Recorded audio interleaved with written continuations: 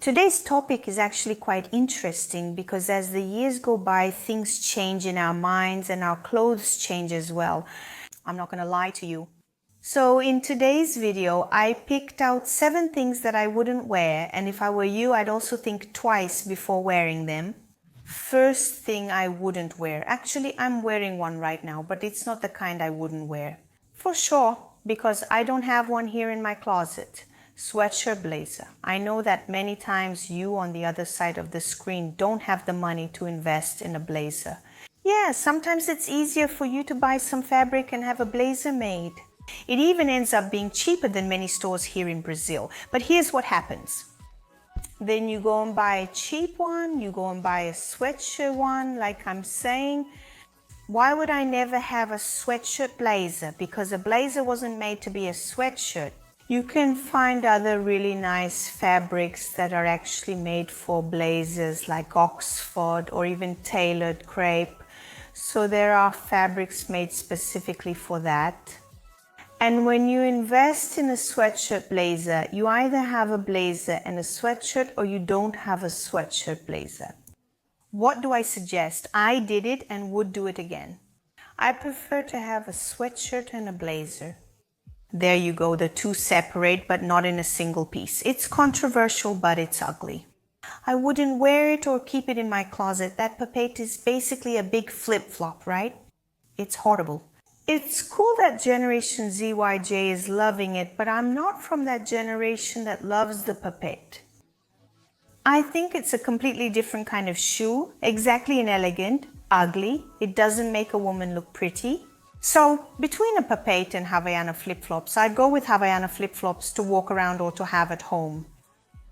Anyway, guys, also in my opinion, you can't really use Havaianas for a daytime look. To go out, I wear sandals. I wear little sandals, flat sandals. Okay, now the papete sandals, like if I put on some tailored pants and then wear papete sandals, I ruin the pants, I ruin the whole look, so I wouldn't wear them. I don't even recommend them to my followers, let alone have them here at home. The third piece I wouldn't have is a neoprene blazer. Neoprene doesn't even work with a blazer, period. Like I said before about sweatshirts, neoprene, do you know where I would have it? In swimwear, bikini or swimsuit.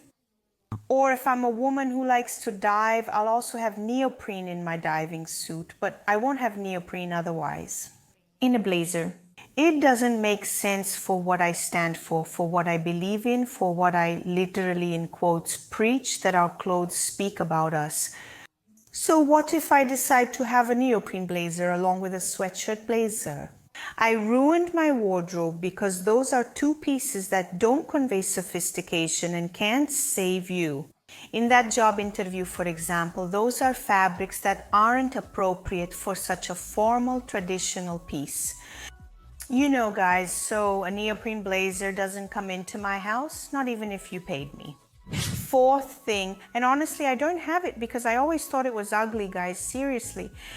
Sneakers with extremely thick soles, like really chunky, don't make sense, especially if the sole is white and the sneaker is black. I'm a short woman. Those who follow me know I'm 1.56 meters tall. So what happens? When a short woman puts on chunky soled sneakers, it's just a short woman standing on chunky soled sneakers. It's that simple. It's just going to be another block of color there.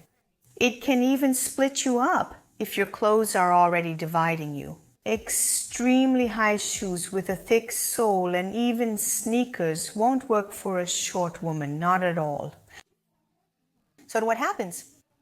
I don't have it. I have sneakers with thin soles which match my body type, which match my height with the proportions of my body. So what happens? The thinner the sneaker sole, I'll put another shoe here because it was really trendy. Good thing it's not in style anymore. Is it the Oxford? And there was that horrible 4-finger thick sole, guys. It was really ugly. It didn't work for me back then and it wouldn't work for me now either. And that's how sneakers are. I don't wear them and I recommend to my followers and viewers not to wear them either. This might be controversial, but it's my stance. In my wardrobe, I challenge anyone to find a midi skirt made of Elanca. Especially the godet skirt. I do have a godet skirt and I'll tell you which godet skirt I have. I have a godet skirt made of tulle To purposely wear in a wedding look, I have it because I like the combination of pumps with a tulle skirt, a stylish, elegant blouse. Suddenly, to sing at a wedding or to be a guest, I can also wear a tulle skirt. It's the only flared skirt I have. I got rid of my flared skirts precisely because of my body type. But that's super personal, okay guys? I can wear a flared skirt if I want to. And right now in my life, it doesn't make sense for me. So Elanca, leave Elanca in the panties, guys, in the underwear, you know? Don't let Elanca into your life in a skirt or you'll ruin your look. It's not a fabric for making clothes like blouses or shirts. Let me put it that way. But I hope this doesn't exist on the market. Shorts, skirts, pants, no. Elanca is used a lot for underwear, so just leave it for underwear. You know, sometimes if it's not mixed with another fabric, it can even cause discomfort. If it's underwear made only of Elanca, then guys, no, it doesn't belong here. A flared midi skirt made of Elanca, never in my wardrobe, and I advise you not to have it in yours either. See, this one is controversial too, and I like controversy, but let's get to it. The blouses with thick straps and at the same time off the shoulder, so you don't get confused, it'll show up on the screen. Alright, what a mess this blouse is, guys. And there were people defending it because I've already talked about this on my Instagram, but there are blouses like this that are prettier, really pretty. Okay, just keep it to yourself. Either it's a spaghetti strap or it's off the shoulder, guys. Why so much weird information on one piece? So it doesn't make sense for a woman who likes fashion, for example. It doesn't make sense for a woman who cares about what she wears. Because of work, because of my personal life, because of my ministry life, because I'm a Christian and I have other Christian women here. And it doesn't make sense for a woman who has an inverted triangle body shape, who has broad shoulders. To wear this kind of blouse, for example, is not an excuse to wear such an ugly outfit. Either my blouses have straps or they're off the shoulder, both features in one piece. That's not possible, is it? Chicken pants and the tight ones, or those two. I saw a lot of jogger carrot pants, guys, chicken. It's a fabric that's also not really suitable for pants, or maybe even suddenly mixed with natural fabric. I don't know, because I don't make fabric, okay guys, but from what I already understand about fabric, it's basically a fabric that stretches, but not to the sides, only downwards. So what happens? It's a type of knit. If I wear this kind of pants, oh, I forgot to mention this detail too. Okay, people, stores, shopkeepers, they sell online tailored pants, Begaline. Guys, that's not true. Begaline doesn't exist. And tailored pants are made from other fabrics, just like blazers. All right, period. There's no Begaline. You don't make tailored pants from it. You will find it, of course you will find it, but that's extremely ridiculous. It's ugly, it doesn't look good on your body, it doesn't flatter you. Not at all. It gives off a cheap vibe, like you paid 10 reais for these pants. Guys, and these pants here, if I'm not mistaken, when I saw it, it was 199. Look, 199. You open the Richuelo website, you open the Renee website.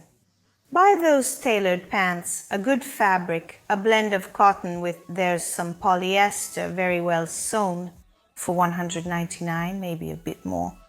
You can, for example, go to Amaro's website, which has such sophisticated clothes, and also find very elegant tailored pieces, especially pants. So forget Begaline, forget it. And another thing I also saw, on the contrary, I saw tailored Begaline pants for $59.90.